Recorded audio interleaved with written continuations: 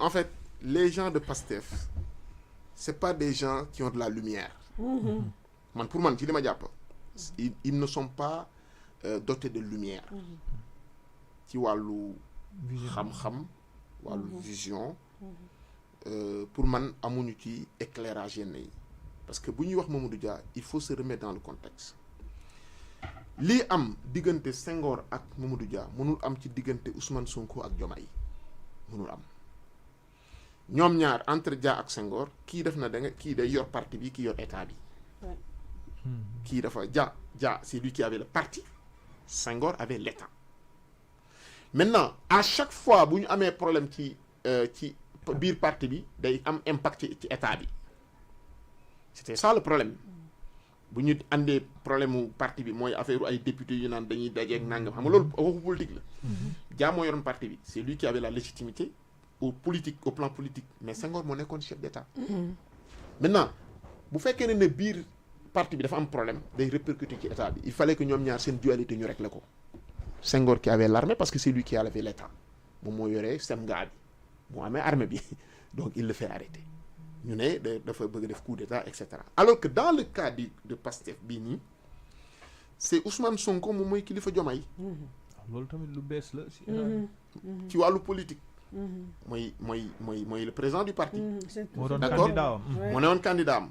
ba pare moo ko fal te Senghor Mamadou Dia falul Senghor. loolu aussi c'est très important Senghor dafa amul légitimité.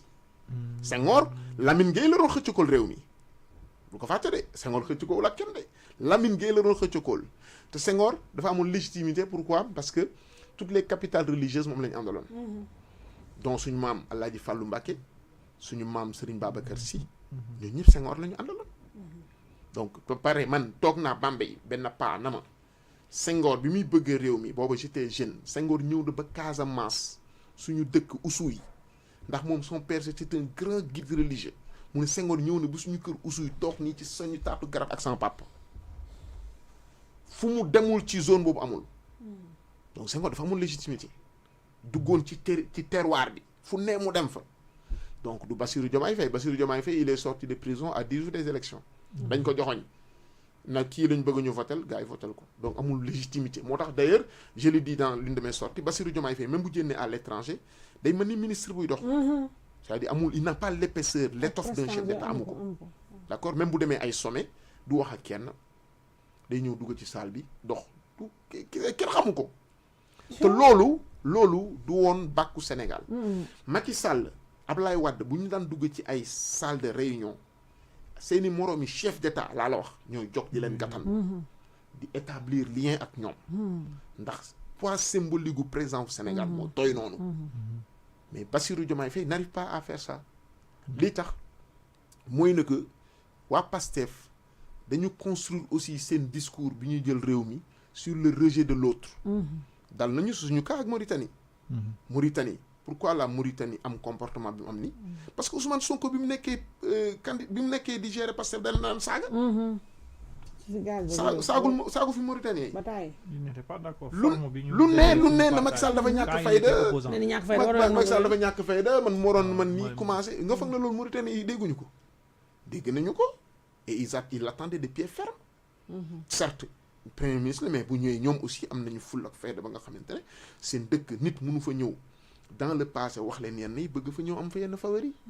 duñ ko nangu loolu moo andi problème yi am Mauritanie en partie te pourtant yow fa nga xam dem nga fa visite de travail 3 jours nga ñibbi quelque temps après ñu commencé refouler say ressortissants loolu du signe ñu ne déetawaay ñu teg un candidat contre kii Amadou Hott à la BAD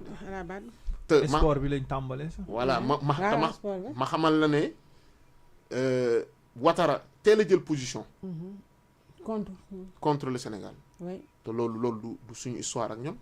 mais Ouattara boobu de teg fu tànk moom mais non Ouattara du fi ñëw Ouattara du ñëw Sénégal pour une simple raison parce que wax ji Birame Souleye waxoon ci moom yéen ñëpp dégg ngeen ko ñoom dañuy tenir en compte en c'est vrai, tant Birame qu'homme Souleye, d'état Birame yow Souleye. ñoom dañuy tenir compte yooyu mais yow looy wax nii mais loolu dafa grave mais Badar Abou Diallo quand Birame Souleye à l'époque qui était le président du groupe parlementaire de Yewwi un député ba pare nekk président du groupe parlementaire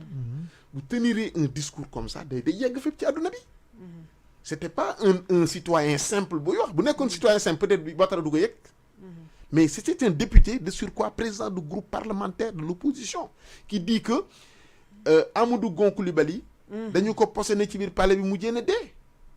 loolu la wax Ouattara yëg na ko donc il va se dire mais gos yi ñan lañu d'accord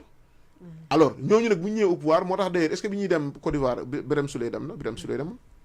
Birame Souleye mënu dem Côte d'Ivoire sañu ko mu xëñ Côte d'Ivoire yow njiitu réew Côte d'Ivoire nga xam ne dafay rey ay liyam naan Amadou Ba na mooy ci dem palais Macky Sall empoisonné ko ba ci Cheikh Oumar Diagne Maroc aussi déclaration boobu ñu soulever waatoon yooyu yëpp day def impact parce que gis nga lépp lu am fii ambassadeur bi il est tenu d'informer les autorités ambassadeur loolu lay jariñ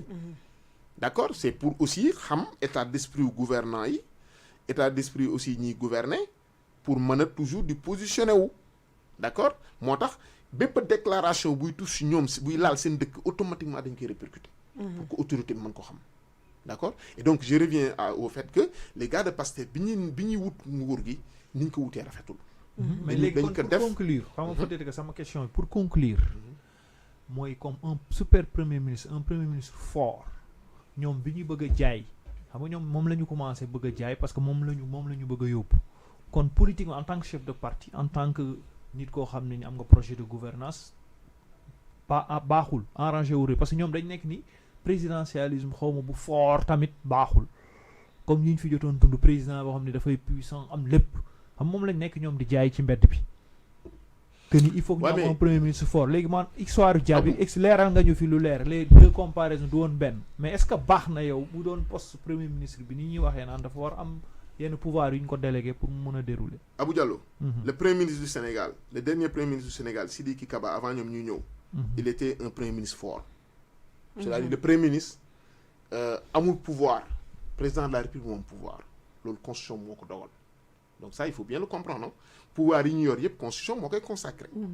c'est le président de la République moo am pouvoir premier ministre amul pouvoir maintenant président day jël ci ay pouvoir am délégué na jox naa mën naa la jox lii mën naa la jox lii mën naa la jox lii loolu article 50 constitution waaw consacré kon soxlawu sa modification comme soxlawu ko soxlawul révision ndax am na ay dispositions yu constitution bi wax ne président de la République mën na ko délégué premier ministre ak même simple ministre am na aussi ay pouvoir yi mun ko délégué c'est-à-dire loolu c'est intuitif personnel souveraineté tout ce qui touche à notre défense ak yooyu loolu moom moo ko yore suñu kaaraange moom du ko tey la keneen moom la ñu faluñu keneen mais sur le plan de la marche de l'État am na ay pouvoir yu bari ya nga xam non signature am sax mën na ko délégué yenn domaine yi mën na ko délégué loolu constitution moo ko prévoir donc pour man wax naan super premier ministre pour man loolu lii la quoi nan laa koy woowee c'est-à-dire néologisme la quoi c'est-à-dire que jarul nga koy wax parce que le premier ministre du Sénégal le rôle mooy coordonner l'action gouvernementale loolu mooy rôle am sous l'impulsion du président de la République parce que c'est le président de la République qui définit la politique de la nation mais bii tel n'est pas le cas bii c'est pas le cas bii dañu am un problème ba nga xamante ne le premier ministre moom mooy kilifa président de la République après président de la République aussi nangu tëdd ci kanamam na ko lu la defal d'accord c'est-à-dire daw responsabilité bi ko Sénégalais jox ndax Sénégalais yi ñoo tooñ seen bopp de gis nga président de la République day mat li mu doon président de la République kenn du taxaw publiquement naan maa koy corriger comme ni ñu ko waxee taxaw na fi na dañu apporter ay correction président de la République kenn du ko corriger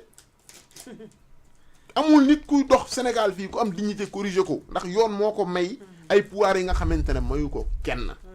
jël na fi décision nommé ay nit ay DG laa la wax ay DG bind ay tweet Facebook na d'accord ñu carrément mu reculer kooku noonu ba tey jii jëlul fonction ba tey ñaar lañu kay tu comprends donc loolu ay faiblesse la un DG toog ne ñun ñu ngi préparer 2029 pour fal Ousmane Sonko président de la République c'était grave actuellement nii 2025 nii DG di ko wax Bathily moo ko wax xam nga loolu c'est grave loolu man je pense même bu nekkee dëgg sax am na la nga xamante ne nit du ko wax te loolu laa lay wax ne gars yi ils sont pas fins quoi dañu war a am benn finesse bi ñu amuñu benn respect ci Diomaye d'accord voilà te loolu manque de respect la et manque de considération ci Diomaye la loolu ku ko defoon Macky Sall dañ lay virer ku ko defoon Ablaye Wade dans la minute qui suit